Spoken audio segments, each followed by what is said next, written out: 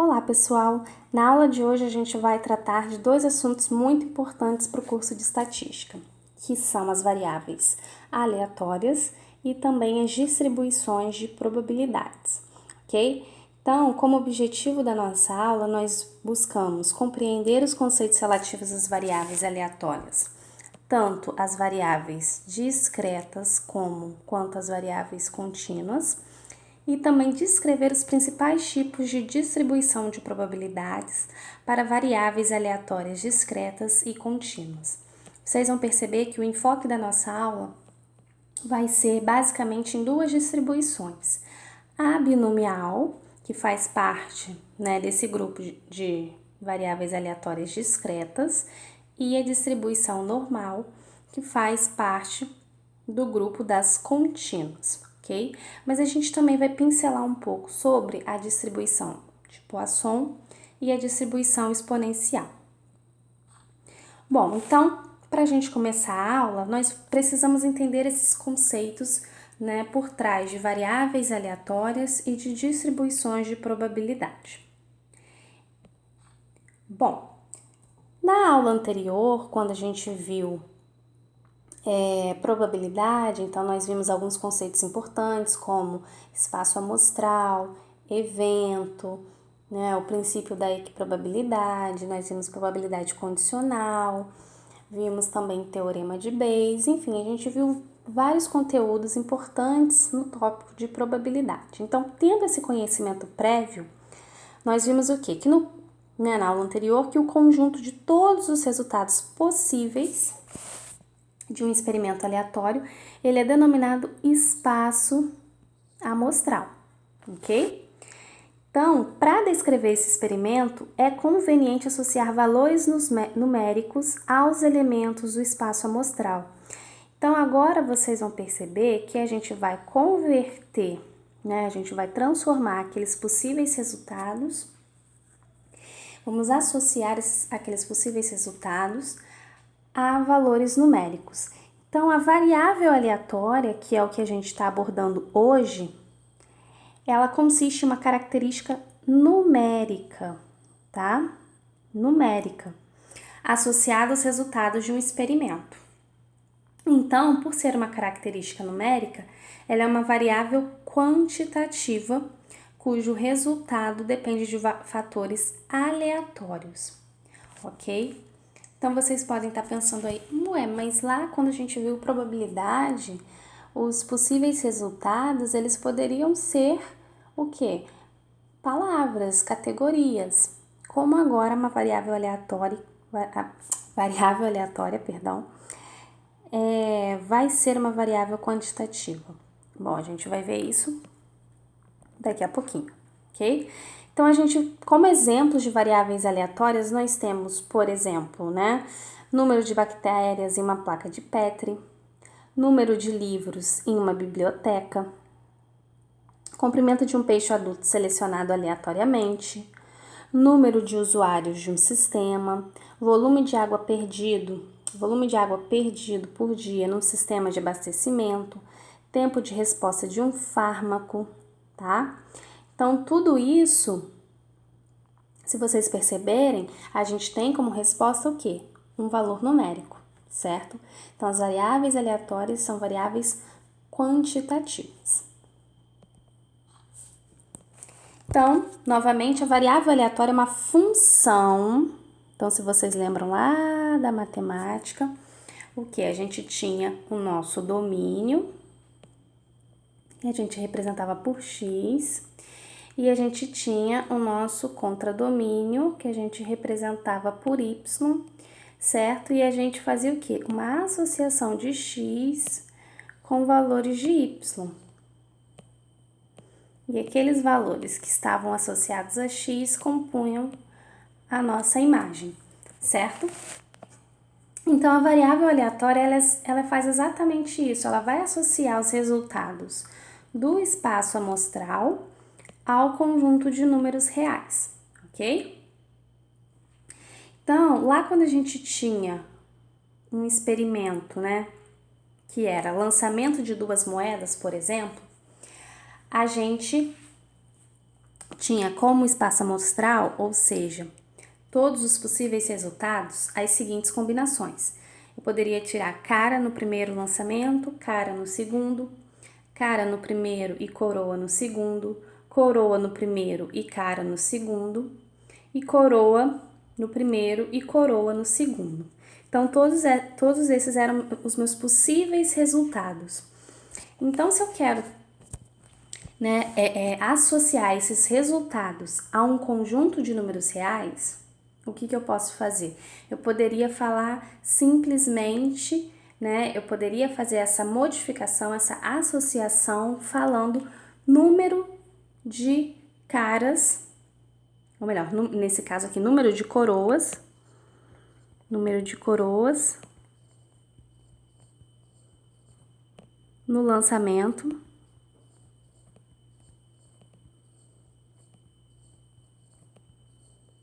de duas moedas. Na verdade aqui é o lançamento de duas moedas, eu falei até errado, né? Porque não é cara no primeiro, cara no segundo, ao lançar as duas moedas eu vejo cara em uma, cara na segunda, né? Enfim, mas dá no mesmo nesse sentido. Então, eu poderia ter como variável aleatória o quê? Número de coroas no lançamento de duas moedas. Então, quando eu falo número de coroas, eu posso ter nenhuma coroa, uma coroa ou duas coroas. Então, eu estou associando esses resultados do meu espaço amostral a um conjunto de números reais, aqui no caso formado pelos números 0, 1 e 2, ok? Então, a gente tem o quê? A gente tem o nosso experimento que tem, né, associado a ele,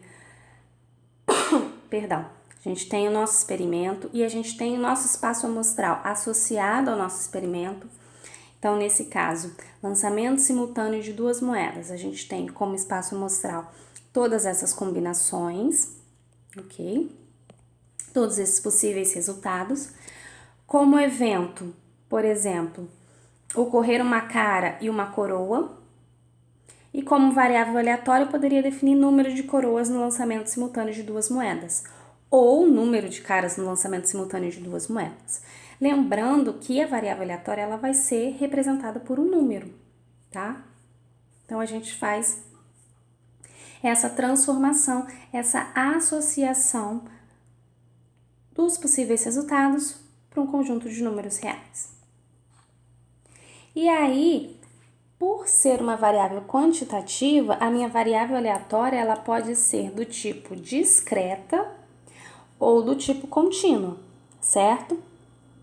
Então, se a gente lembrar lá da primeira aula de classificação de variáveis, uma variável quantitativa, ela pode ser do tipo, né, discreta ou contínua. Então, se a minha variável aleatória for discreta, a gente sabe que os valores assumidos serão valores o quê? Inteiros, né? Assume valores em um conjunto enumerável, não podendo assumir valores decimais ou não inteiros, ok? Mais precisamente, números naturais, certo? Porque a gente vê o quê? Números positivos. Então, número de defeitos em uma máquina, tá? Número de livros em uma prateleira, tá? Já a variável aleatória contínua, como a gente já sabe, né, da classificação contínua, ela pode assumir diversos valores em um intervalo de números reais. Então, é aquela variável que eu posso atribuir como resultado um valor decimal, ok? Então, tempo de resposta de um medicamento, tá? Comprimento de um estudante, ok? Então, tudo que pode ser representado por valores não decimais ou não, por valores decimais ou não inteiros, a gente classifica como contínuo, ok? Então, primeiramente a gente vai falar das distribuições discretas, ok? Para começar, a gente vai falar dos ensaios de Bernoulli. Os ensaios de Bernoulli, eles ocorrem em situações onde observamos apenas um elemento e verificamos se este tem ou não um certo atributo, ok? Então, se a gente observa um elemento, faz uma pergunta e essa pergunta poderia ser convertida em sim ou não, tá? A gente tem um ensaio de Bernoulli, ok? Então, por exemplo, numa urna com bolas brancas e pretas, extrair aleatoriamente uma bola da urna e observar se é de cor branca. Então, fui lá, peguei uma bola e vi, é de cor branca? Sim ou não? Ok? Observar ao acaso um morador da cidade, verificar se ele é favorável a um certo projeto municipal. Então, chego até um morador e pergunto, você é favorável? Sim ou não? Se admitimos que 70% são favoráveis, temos o modelo, então a probabilidade dessa pessoa responder sim é de 0,70 e a probabilidade de responder não é de 0,30. Lançar uma moeda e observar se ocorreu cara. Então, ocorreu cara? Sim ou não? Selecionar aleatoriamente um livro que está saindo de uma linha de produção e verificar se ele possui páginas faltantes. Possui páginas faltantes? Sim ou não? Então, neste caso, no ensaio de Bernoulli, a gente tem como espaço amostral, né, os valores sim e não, que são os possíveis resultados, ok? Então, posso converter a minha resposta para sim ou não, a gente vai ter um ensaio de Bernoulli. Estou, então, observando um elemento e a resposta é sim ou não, ensaio de Bernoulli. Naquele caso lá, né, do morador ser favorável a um projeto, a gente tinha uma informação prévia, que era o quê?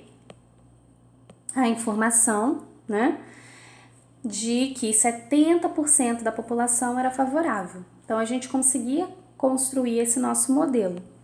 Mas, se a gente não tem informações para especificar esse modelo probabilístico, a gente pode simplesmente apresentar o que a gente chama de jeitão do modelo. Então, a gente assume que se a resposta é sim, a gente considera um sucesso.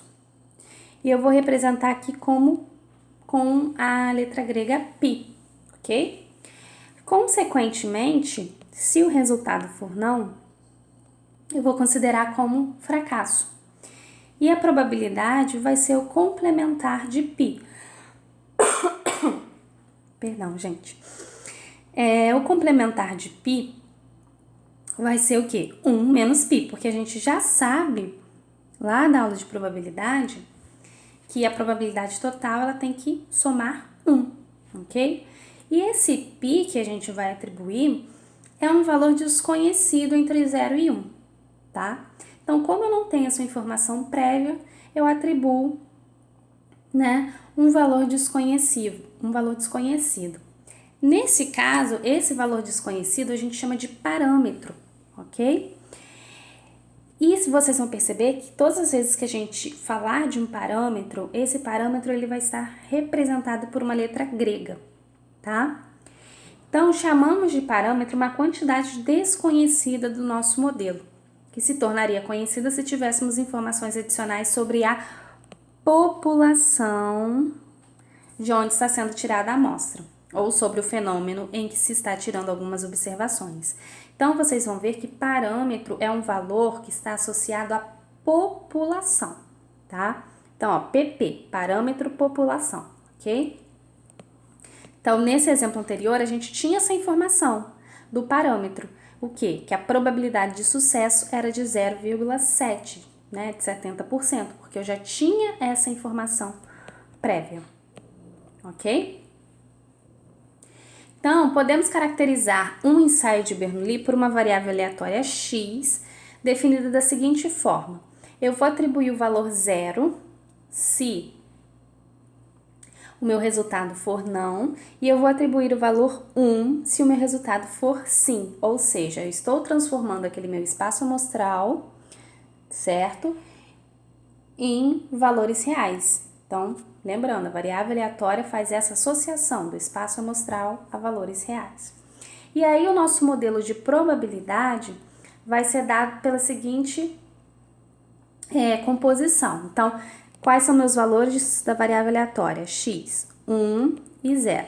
Qual é a probabilidade de x?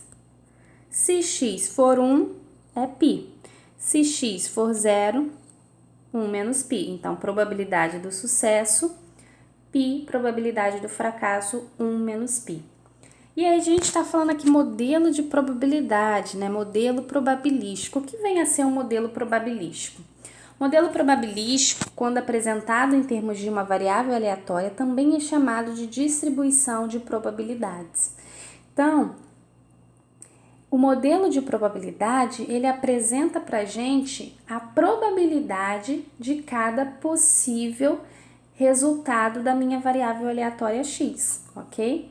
Qual é a probabilidade associada a cada possível resultado, certo?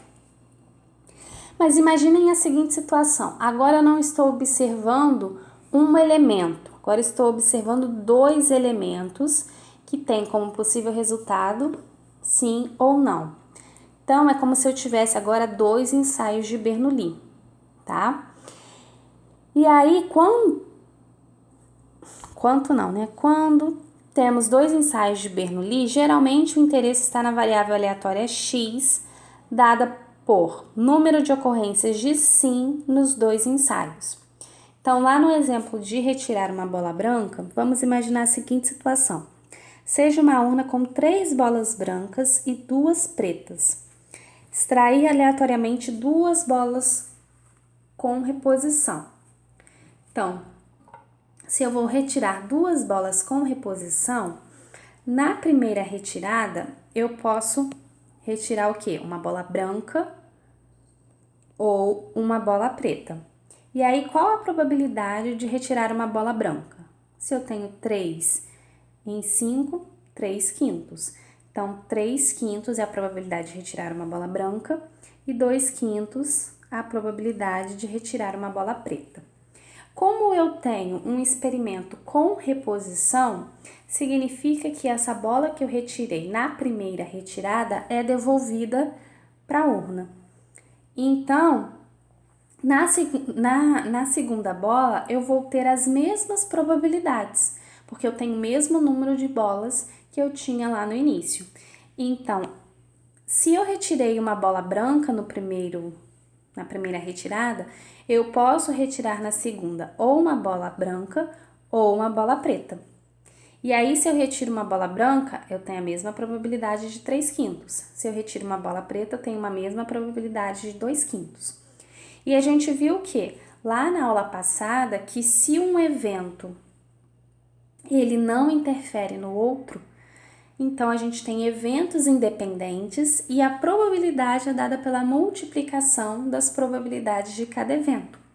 Então a probabilidade de retirar 2 bolas brancas vai ser o quê? 9 sobre 25, porque eu tenho 3 quintos vezes 3 quintos. A probabilidade de retirar uma bola branca no primeiro evento e uma bola preta no segundo evento vai ser de 6 sobre 25.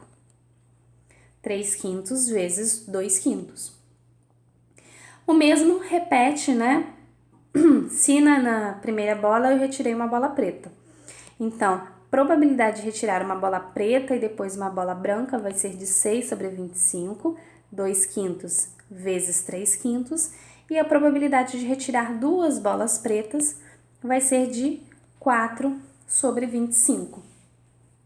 Então, se eu tenho, por exemplo, uma variável aleatória que representa para mim o número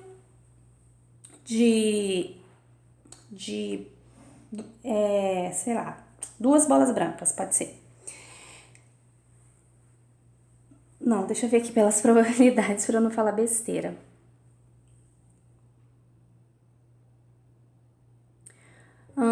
De 2, o 0 tá 9 sobre 25, então de retirar 2 bolas pretas, isso. Então, se eu retiro 2 bolas pretas, a minha probabilidade é de 4 sobre 25. Se eu retiro uma bola preta e eu não estou especificando se é na primeira ou na segunda retirada, eu simplesmente falo de retirar uma bola preta. Vai ser a soma desse 6 sobre 25 com esse 6 sobre 25. Então, a gente tem 12 sobre 25, ok?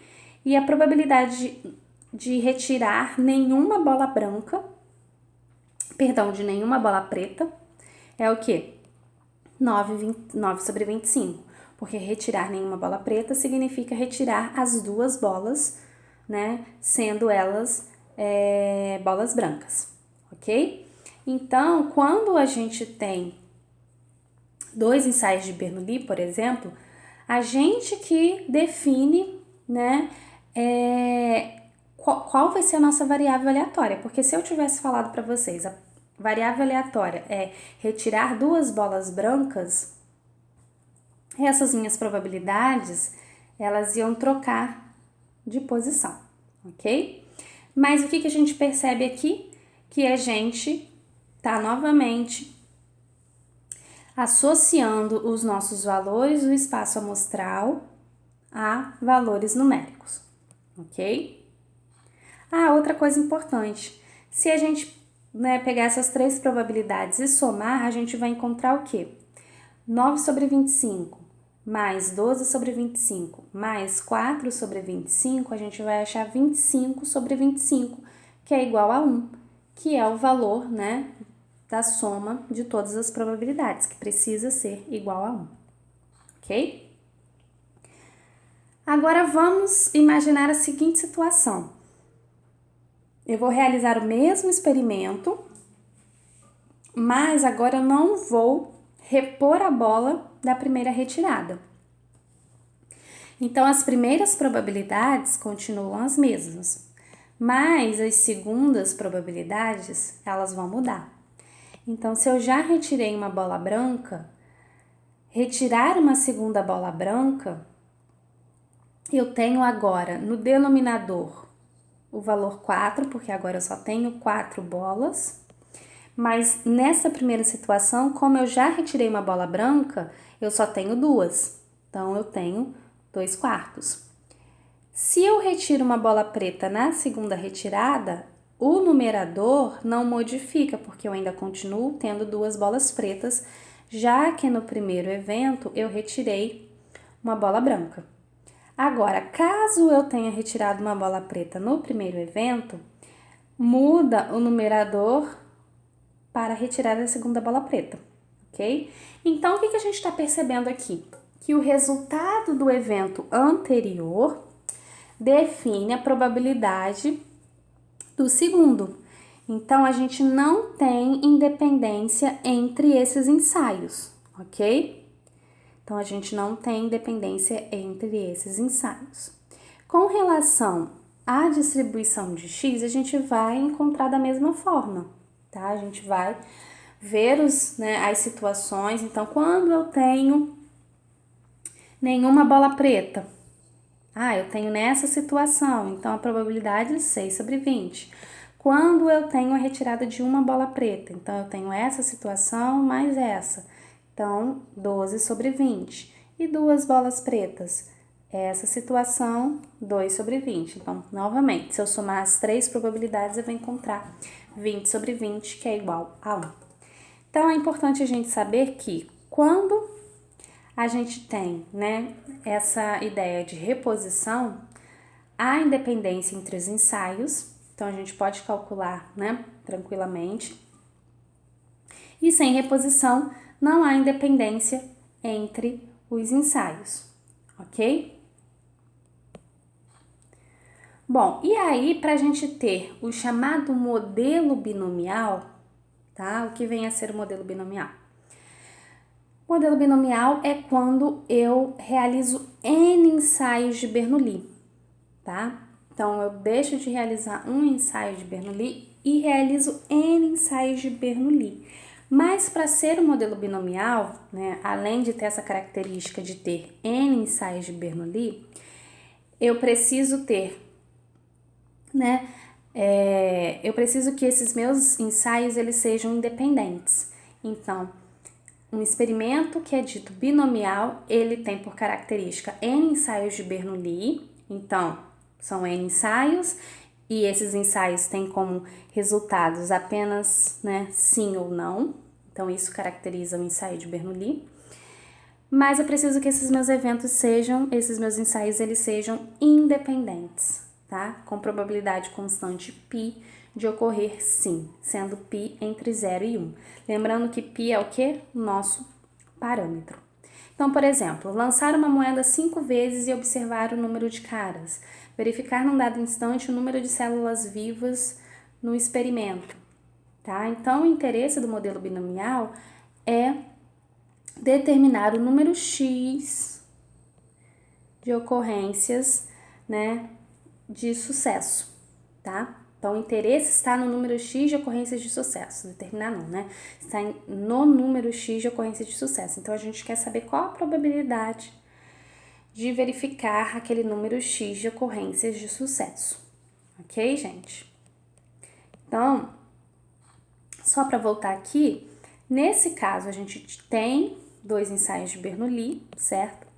Mas aqui, quando a gente passa, né, a gente tem 2 ensaios de Bernoulli, porque a gente tem essa característica de sim ou não, mas a gente não tem um modelo binomial nessa situação. Por quê? Porque quando eu tenho, né, essa situação de sem reposição, os meus ensaios eles não são independentes, porque eu dependo o quê? Do valor anterior para poder determinar a probabilidade daquele segundo ensaio, tá? Então, eu não tenho, nesse caso, um modelo binomial. Então, novamente para reforçar, o que é o modelo binomial? Quando eu tenho N ensaios de Bernoulli e esses meus ensaios, eles são independentes. Então, exemplos de experimentos binomiais. Número Y de caras em 3 lançamentos imparciais de uma moeda perfeitamente equilibrada. Nesse caso, a gente sabe que π, que é a probabilidade de sucesso, vai ser de 0,5. Por quê? Porque a gente sabe que no lançamento de uma moeda, a gente tem a probabilidade de tirar cara ou de tirar coroa de 0,5, ok? Então, como parâmetros, a gente tem o número de eventos de Bernoulli, que é igual a 3, e π, que é a probabilidade de sucesso de 0,5. Segundo experimento binomial. Dentre uma grande população de pessoas em que 70% são favoráveis a um projeto municipal, o número X de favoráveis numa amostra aleatória de 10 pessoas. Então, a gente tem, né, como parâmetros nosso N, nosso tamanho amostral, que é igual a 10, e π, que é a probabilidade de sucesso de 0,7. Número F de eleitores que se declararam a favor de um certo candidato, uma amostra de 3.000 eleitores extraída aleatoriamente de uma população de 100.000 eleitores. Nesse caso, a gente tem como parâmetros o nosso N igual a 3.000, que é o nosso tamanho da amostra, mais o nosso π, a gente não tem essa informação, a gente não sabe a proporção de eleitores que são favoráveis na população. Então, a gente indica, né, a gente utiliza esse valor desconhecido representado por π, ok? Bom, e aí, né, tomando aquele nosso exemplo, seja a população de pessoas de um município em que 70% são favoráveis a um certo projeto municipal. Qual é a probabilidade de que numa amostra aleatória simples de 10 pessoas dessa população, a maioria seja favorável ao projeto? Então, para a gente conhecer essas probabilidades, tá? A gente pode fazer uso da chamada tabela de distribuição binomial. A tabela de distribuição binomial, que vocês podem ver aqui nessa imagem, ela é montada da seguinte forma. Vou tentar dar um zoom aqui para vocês. Eu vou ter, né, uma coluna de N, do parâmetro N, certo? Então, seria o nosso tamanho amostral. Eu vou ter uma coluna de X, que são, né, os valores, da variável aleatória. Então, se eu tenho, no caso, um ensaio de Bernoulli, a gente sabe que vai ter como resposta só sim e não. Então, eu só tenho os valores 0 e 1, né? Não e sim, 0 e 1. Se eu tenho dois ensaios de Bernoulli, a gente viu o quê? Que eu posso ter as seguintes situações: 0, 1 e 2. Só ver lá o caso do sorteio de duas bolas. Então, eu posso ter 0, 1 e 2. Se eu tenho 3, eu já vou ter 0, 1, 2 e 3, tá? Porque é a contagem. A gente tá vendo lá, número de bolas brancas, duas bolas brancas. Então, eu posso ter nenhuma bola branca, uma bola branca e duas bolas brancas. Por isso que eu vou ter 0, 1 e 2, ok? Se eu tivesse, então, sorteando 3 bolas, posso ter nenhuma bola branca, uma bola branca, duas bolas brancas ou 3 bolas brancas. Por isso, 0, 1, 2 e 3, ok? E a gente tem o valor de π, tá? Que é aquele nosso parâmetro, que é a probabilidade de sucesso. Então, nessa tabela, a gente está variando de 0,05. Se eu tenho um π, né, por exemplo, 0,27, então 0,27 está mais próximo de 0,25, então eu vou olhar nessa coluna, ok? Então, a gente vai fazer uma combinação das informações que a gente tem para buscar essa probabilidade. Então, imagine que eu tenha um n igual a 2, certo? Um n igual a 2, então eu vou olhar aqui. E aí eu quero saber lá o caso de retirar uma bola branca, mas sabendo que a probabilidade de sucesso é de 0,3. Então eu vou olhar, né, uma bola branca, é esse caso aqui, e 0,3 é essa coluna aqui. Então eu vejo que a probabilidade é 0,42, ok?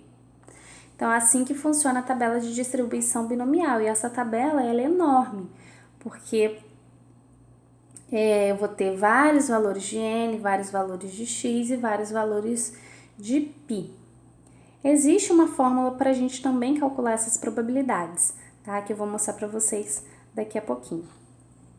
Então, nesse exemplo aqui, vamos calcular utilizando a tabela de distribuição binomial. Qual é a probabilidade de que numa amostra aleatória simples de 10 pessoas dessa população, a maioria seja favorável ao projeto? Bom, então eu já tenho a primeira informação de que n é igual a 10 e π é de 0,7. Então eu já posso ir lá na minha tabela e procurar o quê? N igual a 10 e π igual a 0,7, ok? Mas perdão. A informação, né, o enunciado, ele procura a probabilidade de que a maioria seja favorável. Então, quando eu falo que a maioria é favorável, eu quero saber, né, quando o meu x ele é maior que 5, certo?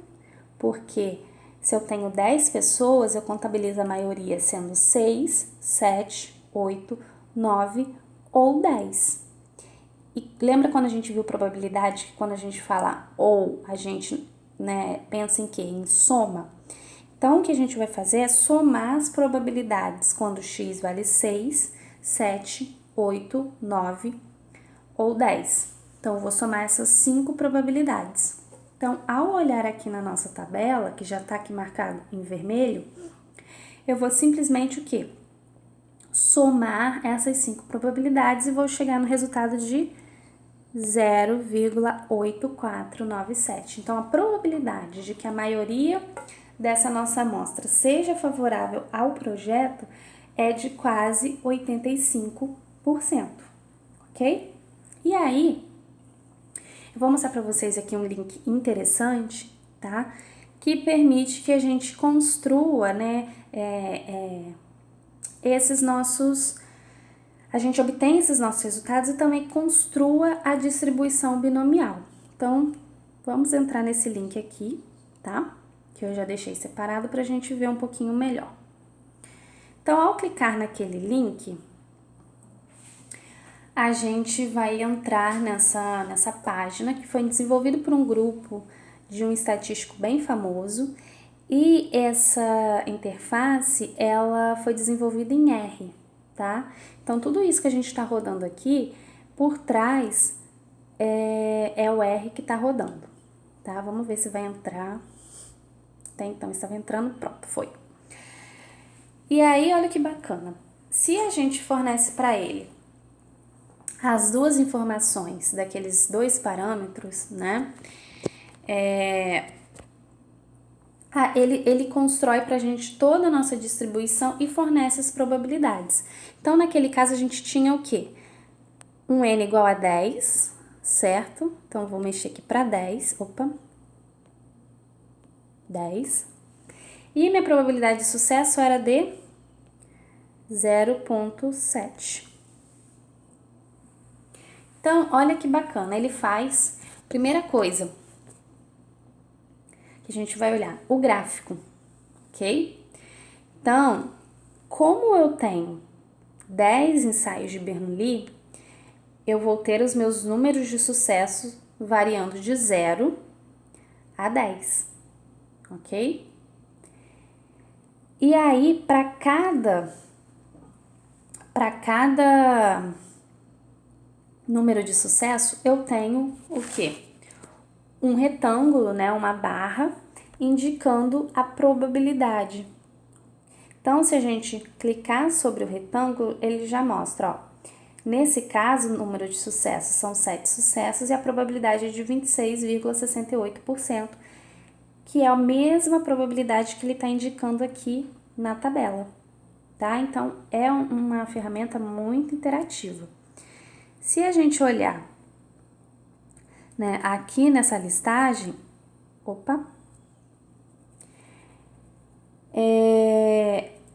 claro, vai variar de 0 até 10, certo? Então, se vocês perceberem, né, a maior probabilidade de sucesso, ou melhor, a maior probabilidade é quando eu tenho 7 sucessos, certo? Que foi de 26,68%.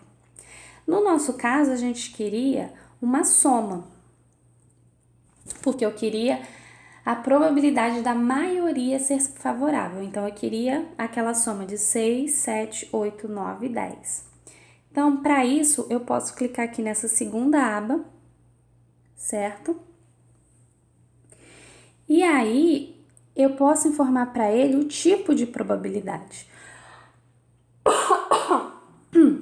Tipo de probabilidade, que nesse caso, a gente queria qual? A probabilidade de ser maior ou igual a 6. Só que eu preciso falar aqui embaixo que esse valor vale 6. Então, eu vou mostrar aqui, ó, aquela tabela e olhem para esse valor aqui, 0,8497, que é exatamente aquele valor que a gente encontrou somando aquelas 5 probabilidades obtidas da tabela de distribuição binomial, ok? E aí vocês podem observar aqui no gráfico que ele marca, né, com uma cor diferente, que cor laranja, as barrinhas referentes às probabilidades que a gente está somando para encontrar a probabilidade final. Na terceira aba, ele fornece para a gente a fórmula geral da distribuição binomial. Então, a fórmula geral, aqui eu não vou dar muito enfoque para isso, porque o nosso curso ele é um curso mais aplicado, mas para quem tiver interesse, a probabilidade da distribuição binomial ela pode ser calculada pela fórmula dada por n fatorial, divididos por x fatorial, vezes n menos x fatorial, tudo isso multiplicado por p elevado a x, vezes 1 menos p elevado a n menos x. Então, para a gente entender melhor, o que é n? N é o nosso tamanho amostral, certo? X é aquele valor da minha variável aleatória que eu quero determinar a minha probabilidade. Então, qual a probabilidade de 5 pessoas serem favoráveis ao projeto? Então, no caso, x vale 5. Que é até o exemplo que ele está dando aqui embaixo, tá? P é a probabilidade de sucesso, então no nosso exemplo é de 0,7.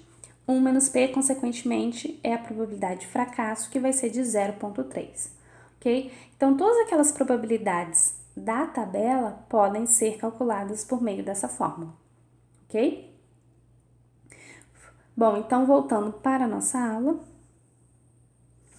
procurem então clicar nesse link, fiquem brincando, variando os parâmetros para vocês verem como que a distribuição ela vai mudando o seu formato. Então aqui é exatamente aquela imagem que a gente viu, que eu coloquei aqui para vocês. Bom, então esse é o conteúdo sobre distribuição binomial, que é o mais importante aqui para o nosso curso, tá? Das distribuições discretas, a distribuição binomial é a mais importante.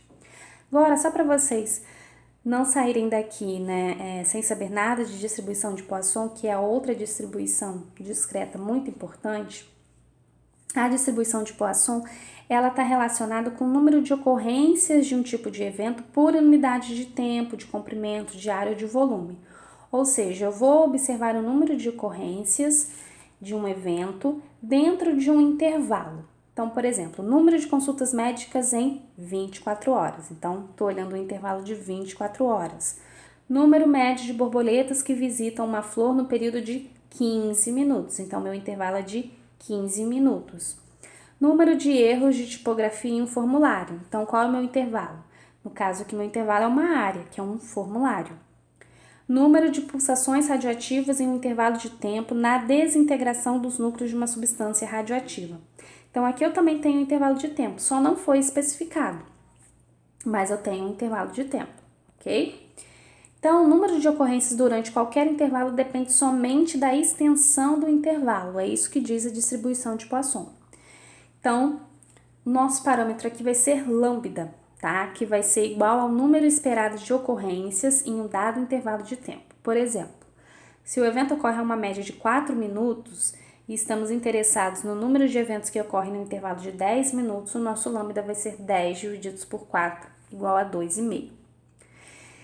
Outra coisa importante da distribuição de Poisson é que as ocorrências ocorrem independentemente, ou seja, um excesso ou falta de ocorrências em algum intervalo não exerce efeito sobre o número de ocorrências em outro intervalo. E a possibilidade de 2 ou mais ocorrências acontecerem em um pequeno intervalo é muito pequena quando comparada à de uma única ocorrência. Então, a distribuição de Poisson, assim, o que eu queria só passar para vocês, que vocês tenham em mente, é que ela vai trabalhar com o número de ocorrências de um evento no intervalo, seja esse de tempo, de área, de volume, ok? E aí, caso vocês tenham mais interesse sobre a distribuição de Poisson, se quiserem brincar, ver como que é o formato, a fórmula por trás, cliquem também aqui nesse link, que ele vai trazer mais informações para vocês. Mas como o enfoque do nosso curso é na distribuição binomial e na distribuição normal, eu vou só trazer essa pincelada da distribuição de Poisson, ok?